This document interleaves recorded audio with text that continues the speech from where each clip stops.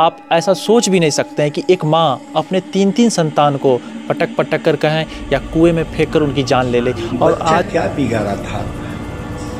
कुछ बिगाड़ा था? हाँ, रोइए नहीं, बोलिए ना। उसको कैसे ले गए कुआं के पास? वो सो रही थी, बच्चे लोग सो रहे थे, तो कुआं के पास कैसे ले गए? केना लग गए घर से?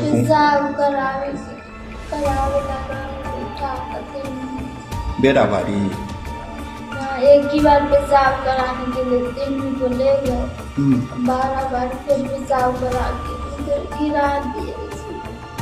पेशाब कराने के बहाने करके ना। अच्छा, तो गिरा लिए केना कुआं में?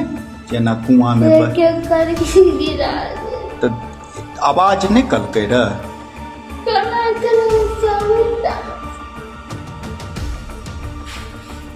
देखिए, रविवार की अर्ली मॉर्निंग में जो है वो सूचना हमें मिली थी कि इस तरह का इशू आया कि 3 बच्चे जो हैं वो घर से गायब। महिला से पूछताछ की गई और पूछताछ के क्रम में ये स्पष्ट हुआ कि महिला ने जो है वो पारिवारिक विवाद को लेते हुए इस घटना को कारित किया है और तीनों बच्चों को जो है वो कुएं में फेंक दिया था। ये वही कुआं है जिसमें सीमा देवी अपने 3-3 संतान को इस कुएं में फेंक कर या कहे तो कुएं में उन्होंने डालकर या कुएं पर पटक पटक कर अपने 3 संतान की जान ली। आपने ऐसा कहीं भी कोई घटना नहीं सुना होगा, ऐसा भी कोई माँ हो सकता है। आपने पुत्र के बारे में सुना होगा कि कोई पुत्र अपने माँ की जान ले लेता, अपने पिता की जान ले लेता, लेकिन कोई ऐसी माँ, ऐसी पुत्र के बारे में आपने सुना ही होगा, जाना होगा खबरों के माध्यम से, लेकिन आपने ऐसी कहानी नहीं सुनी होगी कि कोई माँ अपने 3-3 संतान के, जो 6 साल के, 4 साल के, 2.5 साल के बच्चे थे, मासूम बच्चे थे, उनको इसी कुआं में पटक कर या तो कहे इस कुआं में फेंक कर उनकी जान ले ले। उनके पति बेचारे चंदन जी किसी तरह अपने, उनकी माँ भी नहीं है, उनके पिता भी नहीं है, लेकिन फिर भी अपने बच्चे के लिए जीते थे। उन्होंने कहा कि पत्नी से मनमुटाव होने के बाद भी अगर पत्नी खाना भी नहीं बनाती थी, मैं खुद उनके लिए खाना बनाता था, हो सकता था तो मैं बच्चों का कपड़ा भी साफ किया करता था, ताकि कि बच्चे बड़ा हो जाएंगे तो कहीं ना कहीं हमारी पत्नी बच्चे के बात समझेगी और समझने के बाद कहीं उनमें सुधार होगा और हमारा भी परिवार किसी एक दिन खुश होगा और खुशहाल रहेगा। लेकिन भगवान को कुछ और ही मंजूर था। इन्होंने कहा कि हमने पत्नी से तो दुखी था ही, सास ससुर से दुखी तो था ही, लेकिन अब मुझे भगवान भी दुखी कर दिए। भगवान हम चाहते तो हमारे एक भी बच्चे को बचा सकते थे, लेकिन भगवान ने भी मुझे बड़ी सज़ा दी है कि एक भी बच्चे को नहीं बचा पाए।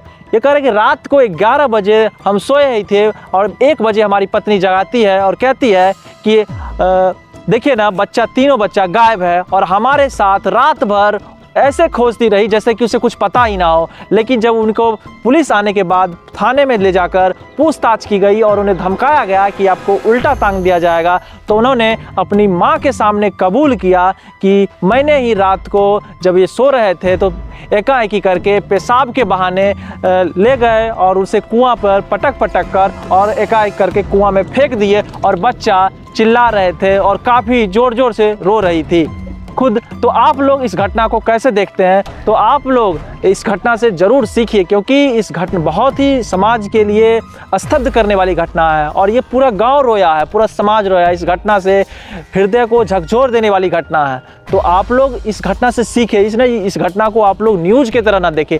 ये किसी के परिवार के साथ हो सकता है। अभी हम माली नगर में हैं और ये प्रखंड कल्याणपुर में पड़ता है। चकमेसी थाना क्षेत्र के अंतर्गत शनिवार की रात एक ऐसी दुखद घटना हुई जिसे आपको झकझोर देगी। आप ऐसा सोच भी नहीं सकते हैं कि एक माँ अपने 3-3 संतान को पटक पटक कर कहें या कुएं में फेंक कर उनकी जान ले ले। और आज उनके पति जो चंदन जी है, वो पूरे परिवार को, इनका ना पिता है ना माता है, इन्होंने पूरा जीवन लगभग 10 साल अपने परिवार के लिए लगाया। जब से इनकी शादी हुई, अपने बच्चों के लिए किसी तरह एक टोटो रिक्शा के सहारे अपना जीवन बसर करते थे, लेकिन अब इनका कोई ना रहा।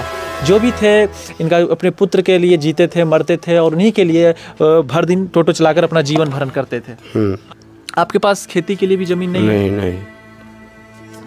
तो मतलब ये घटना लोग पूरे गांव में, समाज में और कहीं भी कोई सुनेगा तो विश्वास के लायक नहीं है कि एक माँ ऐसा कर सकती है। हमको खुद नहीं विश्वास हुआ जो माँ ऐसा कर सकती है। आपको भी खुद विश्वास? लेकिन ये जो आपकी शादी कब हुई थी और ये ऐसा कब खटास आपके रिश्तों में आ गया था? शादी को हुए 7 साल हो गया। खटास नहीं, झगड़ा लड़ाई 2-3 साल के बाद ही शुरू हुआ था। शुरू में शादी के 2-3 साल काफी अच्छे रहे। हाँ, सब कुछ ठीक था। उसके बाद जो आती थे घर में वही जो देखते थे काम धाम नहीं किया हुआ, साफ़ सुथरा नहीं रहता था, इसलिए हमको थोड़ा बहुत परेशानी होता था। इसलिए उसको बोलते थे जो घर से हम बाहर काम करके आते थे, घर में भर दिन टीवी देखती है तो घर का काम कौन करेगा, हम आके थोड़ी ना करेंगे। इसीलिए थोड़ा बहुत बोलते थे, वो उसको बर्दाश्त नहीं होता था। उसको ये लगता कि सब कुछ ये करके आया, घर में भी ये करे।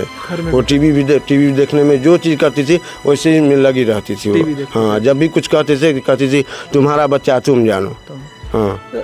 कभी आप ससुराल मतलब कितने बार गए हो? ससुराल लगभग गए थे हम 2-4-5 बार गए। इधर 2 साल से हम नहीं जा रहे थे। वो बार बार बोल भी रही थी कि जाएंगे वहाँ घूमने। वहाँ जब भी जाते थे तो हमारा कोई बच्चा का तबीयत खराब हो जाता था, कभी कुछ हो जाता था। उसका माँ बाप न एक पैसा हमको दिया था, शादी में भी 1 रुपया न लिए और न कभी जीवन में वो हमको दिया। यहाँ तक हमसे ही मांगने का कोशिश करता था, लेकिन हमारे पास भी इतना पैसा था जो हम देते कहाँ से।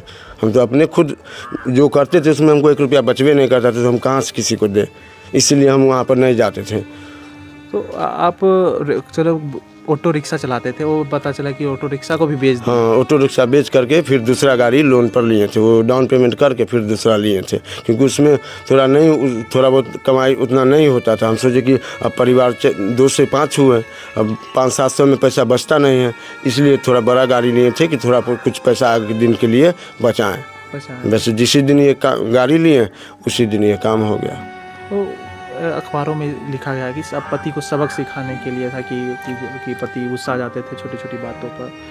उनको क्या पहले से कभी आपको शक हुआ था कि ऐसा कर सकती है? जब झगड़ा में बोली थी 1-2 बार, जो अगर जब जाएंगे भी अगर तुम्हारे यहाँ से, अगर हम तुमको छोड़ के तो तीनों बच्चा को मार के जाएंगे। लेकिन हमको नहीं कभी भी उसके ऊपर शक नहीं। झगड़ा में ऐसा कभी बोल देते थे? हमको नहीं लगा कि कभी ऐसा करेगी। अगर जानते तो 3 बहन है, तीनों बच्चा को 1-1 बहन कर रख देते हैं। लेकिन कभी हम सोचे नहीं थे ऐसा कभी होगा। तो आपके पिताजी माताजी भी नहीं है, तो तीनों बहन जीजाजी आए हैं? बहन आई है, जीजाजी और सब बाहर अपना काम धंधा में है। बहन आई, तो तीनों बहन आई, क्योंकि अकेले घर में हमको घुसने का ही मन नहीं करता, इसलिए बहन सबको बुलाए। आप लोग मतलब कितना रूम है आपके घर में? 2 रूम है, एक किचन है, यही छोटा सा बरामदा है। तो एक ही रूम में सारा लोग सोते? हाँ, एक ही रूम में। उस साइड वो सोती थी, इस साइड हम, बीच में बच्चा सब सोता था।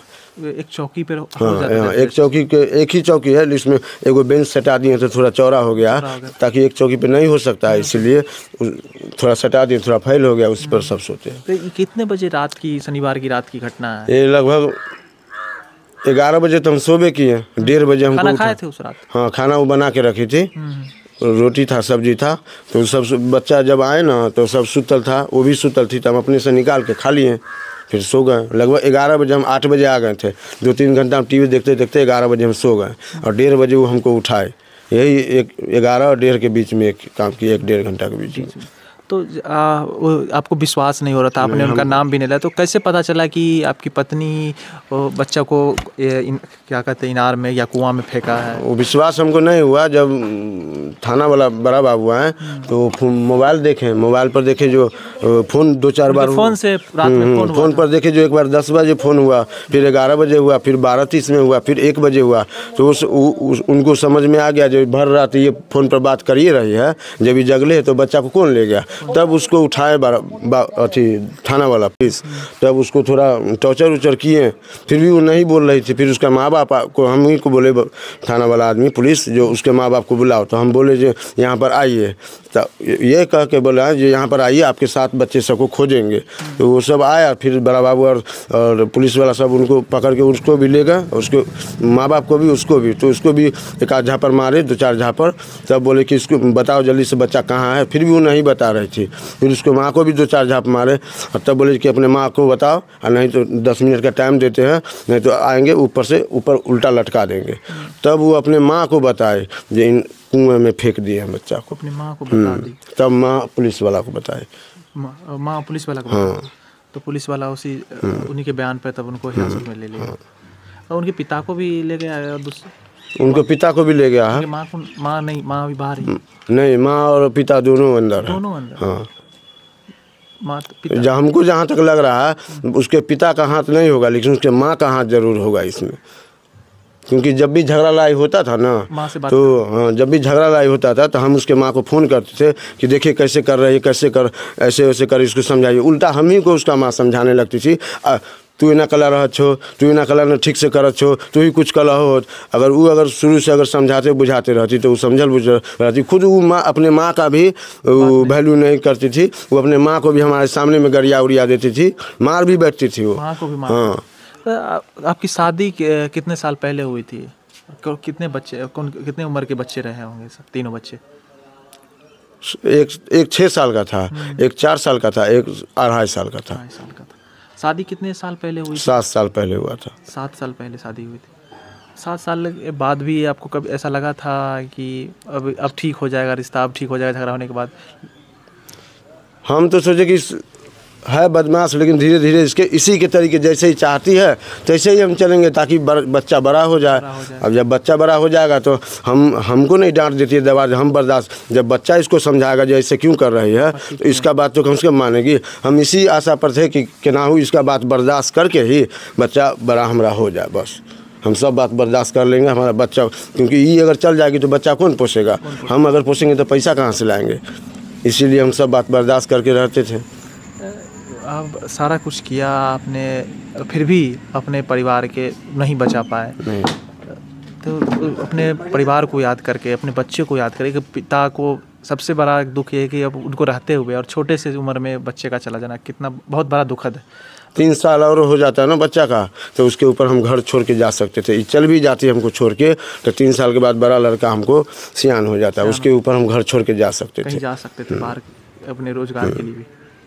तो उसको याद करके आपको कैसा लगता है? अपने उसको याद करके जब याद करते हैं ना तो बहुत याद कर चुका भी, याद करते हैं तो क्या कहें हम, तो हमको तो ये सोचते हैं हम जिएंगे कैसे, अब किसके लिए जिएंगे? अब फिर भी बहन यार कह रही जो जीना तो पड़ेगा, जीना पड़ेगा। फिर बाद में जैसे अभी भगवान अगर तुमको दुख दिया है तो एक दिन भगवान सुख देगा।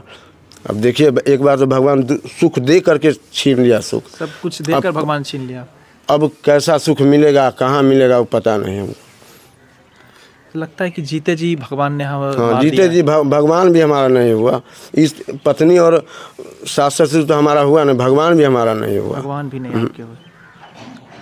तो चंदन जी की कहानी आपने देखी कि इन्होंने कहा कि सास ससुर पत्नी से तो अक्सर झगड़ा हुआ ही करता था, लेकिन भगवान भी हमारे नहीं हुए। वास्तव में इनके भगवान नहीं, अगर भगवान कहीं होते तो शायद भगवान उनको इनकी पत्नी से ये घटना करवाने से रोक सकते थे।